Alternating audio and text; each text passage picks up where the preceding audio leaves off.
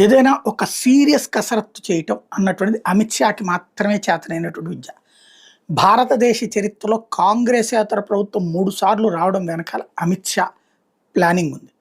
అదే సందర్భంలో ground level సిస్టమ్‌ని మేనేజ్ చేయడంలో అమిత్ షాకి మించిన వాళ్ళు లేరు.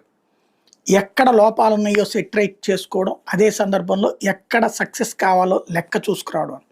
భారతదేశంలో మెజారిటీ రాష్ట్రాల్లో ఎన్‌డీఏ అధికారంలో ఉందంటే అమిత్ షా స్కెచ్, దానికి ఆశీర్వాదం మోడీది. మోడీని కూడా ఎక్కడ వాడాలో, ఎప్పుడు వాడాలో, ఎంత వాడాలో, ఎలా వాడాలో బాగా తెలిసినవాడు అమిత్ షా. అట్లాంటి అమిత్ షా చెప్పేటటువంటిది మేము ఈసారి ఇక్కడ గెలుస్తామంటే గెలిచినటువంటి 100కి 90% అని. విఫలమైన గతంలో ఢిల్లీ, మొన్నటిసారి కాదు, గతంలో ఢిల్లీ, గతంలో బెంగాల్. అయితే ఈ దఫా మాత్రం పకడ్బందీగా 2 రాష్ట్రాలు గెలుచుకుంటాం, బెంగాల్, తమిళనాడు అని చెప్తున్నారు. తమిళనాడు, పశ్చిమ బెంగాల్లో వచ్చే అసెంబ్లీ ఎన్నికల్లో ఎన్డీఏ విజయం తథ్యమని ధీమా వ్యక్తం